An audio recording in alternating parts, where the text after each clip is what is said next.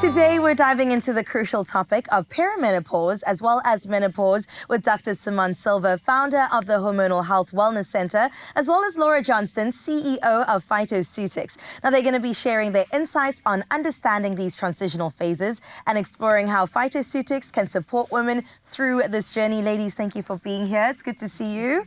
We need to get into this conversation because there's a new phrase that I need to know about all around perimenopause. And then, of course, menopause, the phrase we've heard. What is this?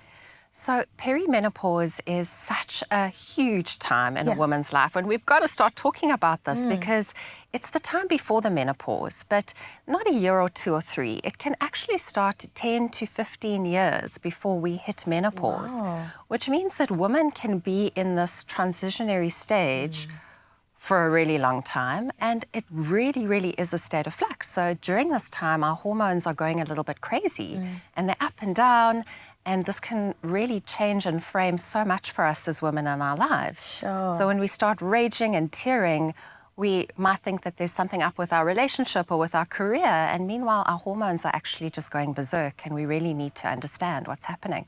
So what's the distinction then between perimenopause and menopause? Does something happen and then we change over? Yeah, so perimenopause is like the period leading up to the menopause. When we become menopausal, what's happening is the ovaries stop working, and then we can no longer make our two main female hormones, estrogen and progesterone. But before the ovaries just shut off, it's kind of like a car getting to the end of its life. It stops and starts and stutters a little bit as the engine is giving in until one day it stops. So what are some of the symptoms that we can look out for when it comes to either one of those perimenopause or menopause to alert us that changes are actually happening?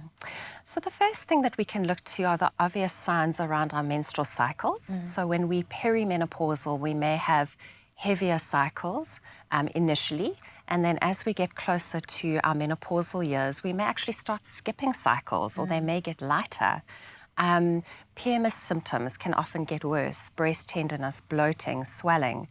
But what fascinates me is sometimes our cycles don't give us clues, and we actually develop symptoms outside the reproductive tract that are all linked to hormones, because actually estrogen and progesterone, even though they're our main female hormones, have effects in every single tissue in the body.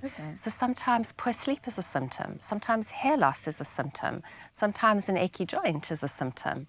We can actually have up to 400 symptoms of hormonal imbalance. So it's really just to look out for your own body and chemistry.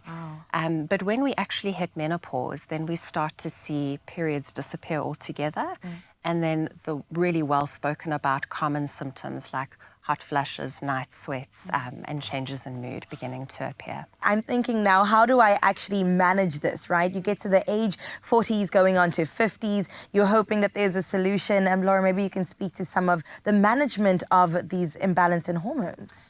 Yeah, so when it comes to hormonal health, I think it's really important to speak to a practitioner in order to address that. But when it comes to the symptoms, natural supplements can be really beneficial. So Simone mentioned mood, and you know, things like saffron, there's a product called Felix that can help with that. And saffron really is beneficial in managing dopamine, so these feel-good hormones.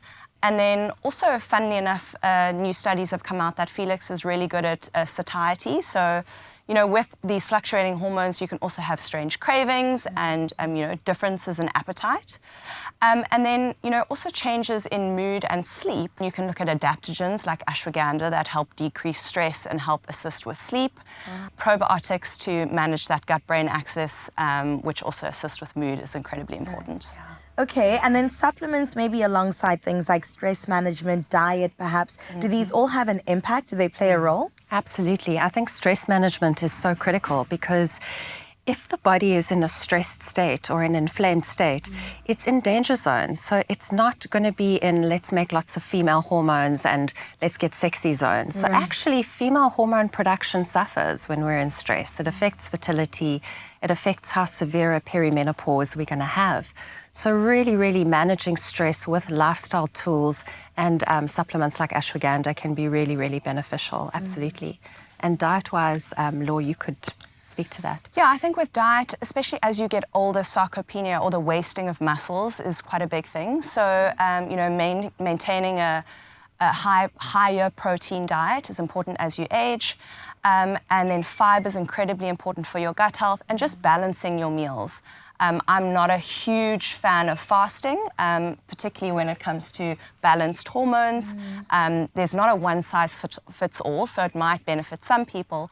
But I think just having balanced meals throughout the day with protein, a lot of fiber and veggies, and then healthy fats is incredibly important. Yeah, that's a good reminder as well to many of us, because, you know, the diet sometimes goes out the window when we're time poor and we're so stressed. But yes, it's important to take care of these bodies. It's the only thing we have. It's the only thing we have, absolutely. And if we look after that first, so many other things become easier. We have more energy, or we sleep better, or we feel better when our hormones are balanced. So it's a really important thing. Yeah, and I think it's a wild ride, you know, and it's a long ride. So perimenopause starts pretty much in your 40s, and it can last for 10 years before you hit menopause. So it's a very big transitionary period where you have to be in tune with your body and really, I think, appreciate that there are diet and lifestyle changes you can take that can assist you in this journey. Absolutely. Thank you, ladies. That was so informative. I mean, if you are a younger woman or somebody that's currently experiencing this, I think we can all take a note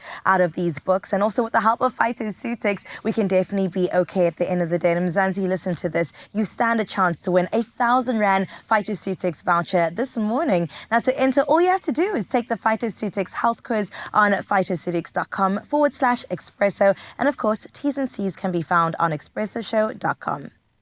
Optimize your gut health with PHYTOCEUTICS range of pre, pro, and postbiotics. Use code EXPRESSO for 15% off at PHYTOCEUTICS.com.